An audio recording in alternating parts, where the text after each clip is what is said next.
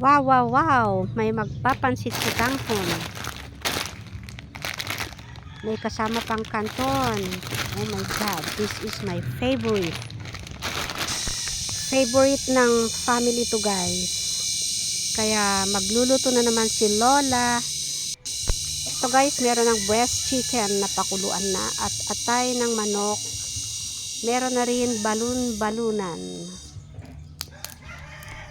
Ayan guys, nahiwa-hiwa na rin yung atay ng manok. And lalagyan niya ng oyster sauce at may chicken broth. And Lola is there. Hi, hello guys. Good afternoon and welcome to my vlog. Ngayon magluluto ako ng sutanghon. Ano ba to? Sutanghon gisado. At lalagyan ko din siya ng kanton. Ito guys, kasi alam niyo kasi pag ganitong may nagbe-birthday sa family namin, maski sino sa pamilya namin, maghahanda rin sila, pero meron din kaming dadalhin kasi para nakakagaan din yung ganon, kasi kapag sila lahat yung magluluto ay marami silang magagastos. Parang share kami ba tuwing may nagbe-birthday. Share kami, nagpapatlak kami ng dadalhin dun sa nagbe-birthday. Bago lang yung sistemang yan, kasi nung birthday ko, eksaktong nagkasakit ako, sinurprise nila ako, and then napag-isipan namin na ganito na lang kaya ang gagawin natin pag may nagbe-birthday, share tayo.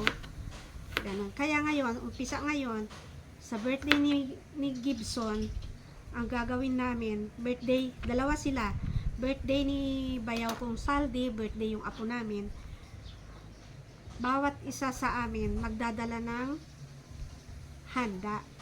Ngayon, ang akin, sutanghon gisado.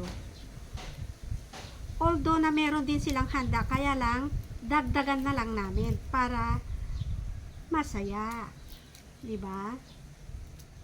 At medyo nakakagaan dun sa celebrant, dahil kung siya lahat ang gagastos, di ba po,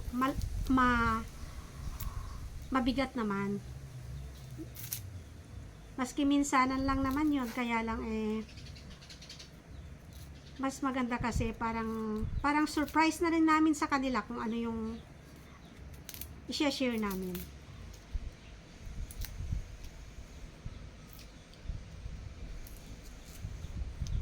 So, ito guys, maghanda-handa na ako ng mga ricado ko. Bawang muna at saka sibuyas.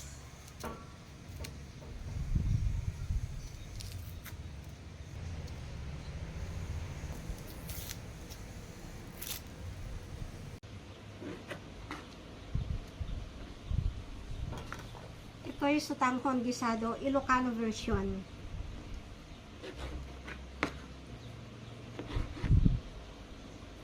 Kung gumagawa kayo guys ng sutanghon gisado, nilalagyan nyo ba ng atay?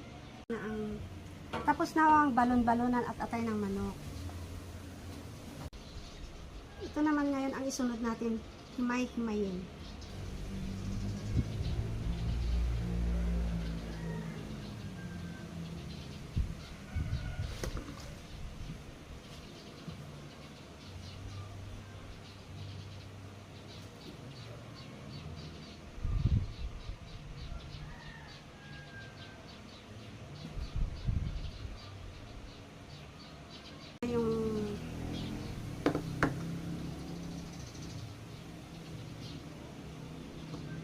Ito na yung guys, yung petso ng manok. Din tayo ng 2 sili, pampabango, at saka 2 carrots. Okay guys, balatan na natin.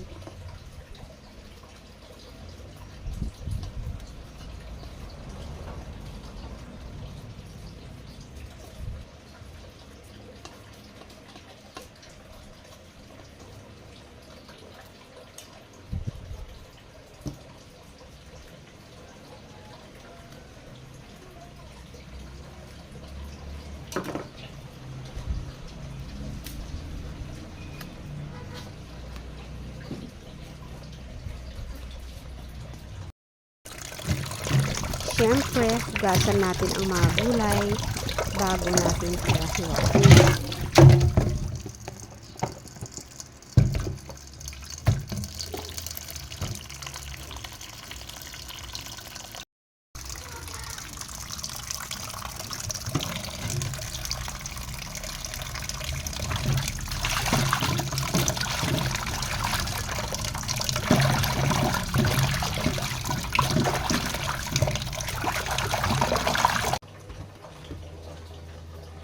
Hey guys, ito ang repolyo.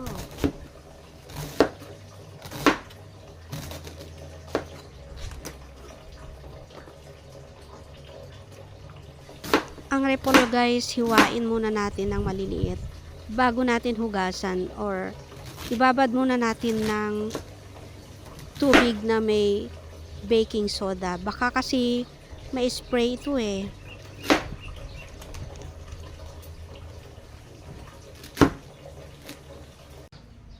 At isunod na natin, hiwa-hiwain ang carrots. Hiwain ng shredded pino lang guys. Then, isunod natin yung red pepper. Naglalagay ba kayo ng kinchay guys? Ito yung pangpabango. Parang hindi kompleto ang pansit ko pag walang kinchay guys.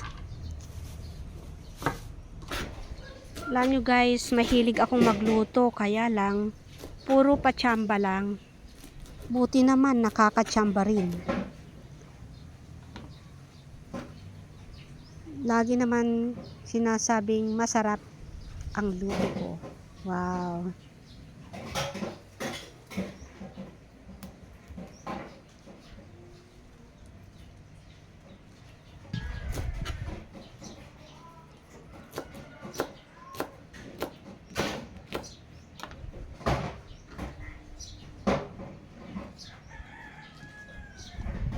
Guys, ready na ang kinchay, carrots at red chili.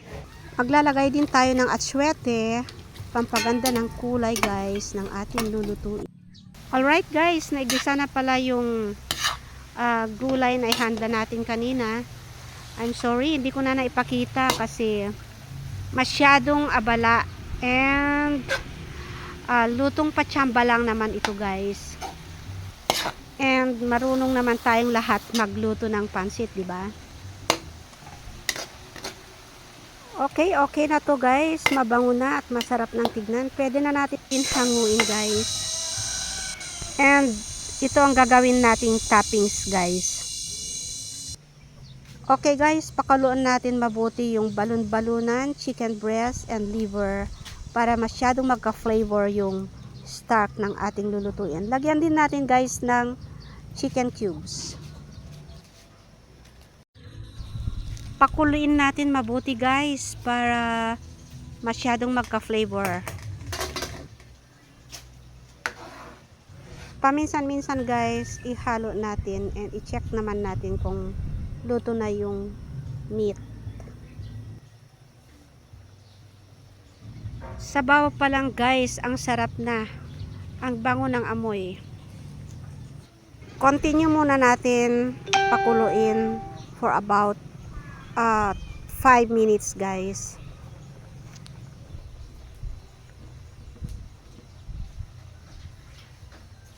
Okay guys, sobrang flavor na ang sabaw. So, ilagay na natin ang sutanghon. Okay guys. And isunod na natin ilagay yung canton guys.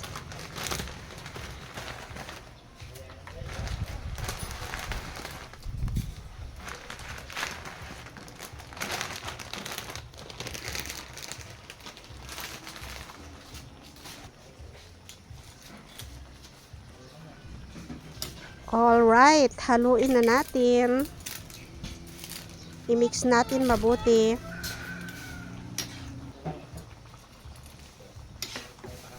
Ang ganda ng kulay guys.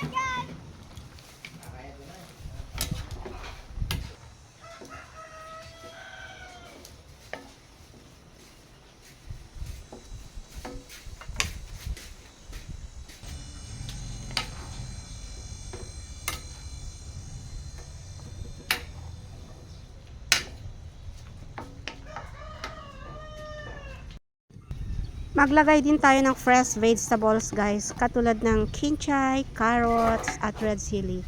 At kung may natitira pang konting repolyo, ilagay na natin. Para sa ganun, maging colorful ang sutanghon gisado natin. Wow! Lagyan din natin ng oyster sauce guys, yung gulay. Then, saka na natin i-mix. I-kiwar-kiwar. Then, ikiwar-kiwar ulit. Then, ikiwar-kiwar. Hanggang sa mag-mix mabuti yung gulay dun sa pansit. Dagdag pa ulit tayo ng pampalasa guys. Lagyan natin ng konting oyster sauce para lalong lumasa. Linagyan ko na rin guys ng chicken powder. Pampadagdag ulit ng lasa. Alright guys, masarap na. Ikiwar ulit para mag-mix yung mga pampalasang nilagay natin.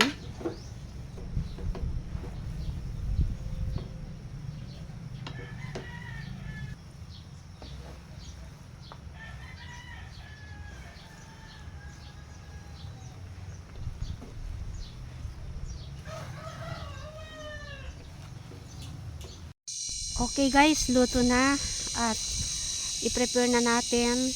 Ilagay natin sa bilao para maidala na doon sa magbe-birthday.